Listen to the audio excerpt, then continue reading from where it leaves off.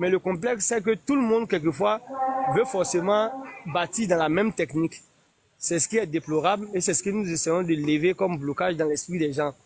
Les gens veulent construire en même temps en terre, mais comme son voisin a construit avec des blocs de terre, il dit je veux construire en bloc de terre. Il dit pas je veux faire une maison, mais en terre, mais il dit je veux faire une maison en bloc de terre. Vous voyez que c'est pas la même appellation entre construire en terre et construire en bloc de terre. Construire en bloc de terre, ça veut dire que tu as déjà spécifié ce que tu veux. Mais construire en terre, c'est ouvert, c'est large. Et ça nous donne plus de liberté dans l'expression que nous voulons vous donner de construire en terre. Et c'est en cela que nous voulons pousser les gens à dire que celui qui a construit même avec des blocs de terre moulés, comme au village, mélangés à de la paille, et celui qui a construit avec des blocs comprimés dans des machines, et que ce soit manuel ou hydraulique, ou que celui même qui a utilisé même en remplissage d'ossature, ou celui même qui a fait du daomain, c'est la même chose, la différence c'est la mise en œuvre. Il faut seulement trouver l'expert qui est capable de vous rendre un projet propre et tout part depuis les fondations. Nous avons fait des constats, nous avons tiré des conclusions et nous avons trouvé des solutions durables pour toutes ces techniques-là, pour que pour chaque cas de figure que nous bâtissons, vous n'allez jamais dire que non, celui-là il a bâti plus moins cher ou bien plus cher, ou bien il a bâti avec un matériau plus ou moins concernant la terre. Parce que chaque valeur de ces différentes techniques que je vous donne sont des valeurs sûres.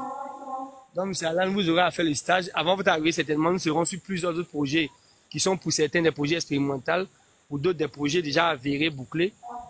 Celle que nous sommes en train de vouloir mettre sur la table aujourd'hui, c'est la toiture végétale à base de paille avec un alliage en béton étanche. Donc, ça, oui, personne n'a ça c'est, moi, en vrai, ce qui me retient, c'est plutôt au niveau des coûts et tout, mais vu que ça tape toujours dans la même tranche que des maisons classiques, donc moi, je me dis pourquoi pas essayer avec l'esthétique et tout, dans tous les cas, c'est comme j'avais le coût. dit. Qu'est-ce qui fait le coût? Quand vous venez en bloc de terre, le coût va forcément rester en haut là-bas.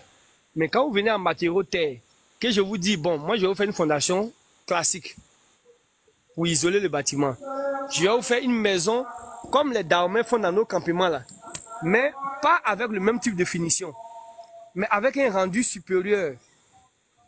Donc là où je peux faire une maison à base de terre brute, crue, non stabilisée et bien finie, je ne peux pas faire la même chose avec un matériau qui est en bloc de terre stabilisé et battu. Parce que déjà, regarde, pour bâtir déjà à base de blocs, le tamisage de la terre déjà, par voyage de terre, coûte au minimum 10 000 francs. Ceux qui vont faire la production sont payés en moyenne, hors des ciments, hors et tout ce qui est autour, 50 francs la brique. En moyenne, tous les frais autour, leur nourriture, leur déplacement, tout quand on fait la moyenne, 50 francs par brique. Sans compter que tu dois ajouter le ciment, l'eau, l'arrosage quotidien, les bâches et autres. Maintenant, si à la fin, vous pouvez nous monter ces murs-là encore, si la production n'est pas faite sur site, vous devez déplacer pour le transporter. On a fait une expérience dernièrement, quitter Yamsoko, aller à Abidjan, un camion de 40 tonnes ne peut prendre qu'en moyenne, maximum 5 000 blocs. Ça, c'est le maximum qu'il peut prendre. Sinon, les premiers voyages, ils avaient pris moins que ça. En plus de cela, si on doit venir ajouter les frais de montage, qui n'ont rien à voir avec les frais de finition, la maison en bloc revient plus cher qu'une maison en aggloméré de béton. Maintenant, si je vous dis, je vais construire avec le matériau terre, mais cette fois-ci, je fais une bonne fondation en bonne et due forme. J'isole avant de commencer à faire mon montage, parce que nous, on a notre technique d'isolation. Et je commence à faire mon daomé comme au campement, mon mur non stabilisé. Et puis après, j'ai ma technique pour la rendre étanche et stable, pour faire des décors. L'avantage de ça, c'est que tous les frais que je perdais dans la mise en œuvre des briques, de la production, du temps là, me permettent directement, là, je peux utiliser la terre brute directement, me permet de faire une bonne toiture, me permet de mettre du très bon carreau, me permet de faire un décor supplémentaire plus que ce que j'aurais eu quand je faisais des blocs. Donc du coup, notre politique en moyen terme est de montrer aux gens que je peux convertir mes dépenses que j'allais mettre dans un mur en bloc de terre, dans un mur en mur à base de terre, non stabilisé, mais enfin qui sera traité pour qu'elle soit étanche. Parce que l'objectif, c'est de rendre le mur étanche qui est délicat. Donc si mon mur est étanche, ça veut dire que je peux dormir sans souci, sans crainte. Et sur ma fondation, permet, avec les bases d'isolation qu'on fait, de me donner une maison totalement isolée, à l'abri de l'humidité, qui tient, qui résiste, avec une bonne couverture, qui tient, qui résiste, moi, j'ai pas de souci. Surtout que j'aurai un décor supplémentaire. Donc, notre approche à moyen terme, c'est ça. C'est de présenter des ouvrages propres, bien réalisés, à des coûts vraiment qui coupent le souffle aux populations.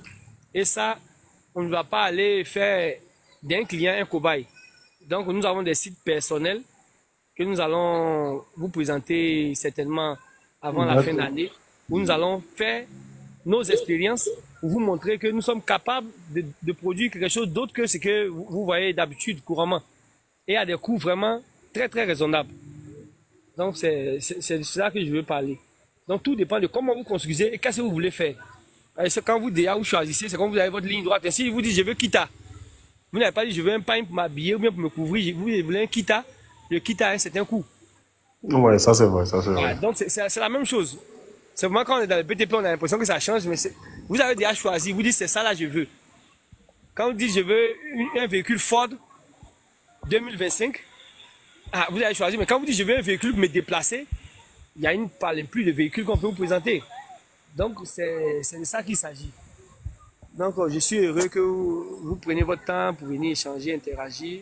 Ça permet de prouver aux gens que la question n'est pas que les coûts sont chers, la question est le choix technique que chacun fait. Mais quand tout le monde plonge, parce que l'autre fait en bloc, on dit bloc est joli, hein, mais il y a plus joli que bloc. Le pisé, moi j'aime plus le pisé que les blocs personnellement. J'aime plus le pisé. J'aime bien aussi le darmen qu'on a modernisé avec un enduit de terre bien lisse, avec des différentes phases, des trucs dedans.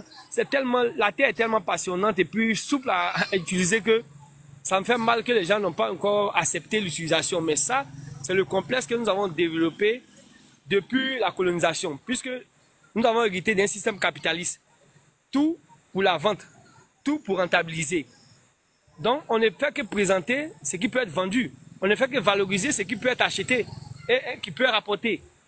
Moi, je ne peux pas vous vendre quelque chose qui ne peut pas rapporter. Si je vous dis votre darmen est trop bien, et je dis à vos ingénieurs dans les écoles comment utiliser la terre sans le ciment, comment utiliser tel matériau, la paille en l'isolant.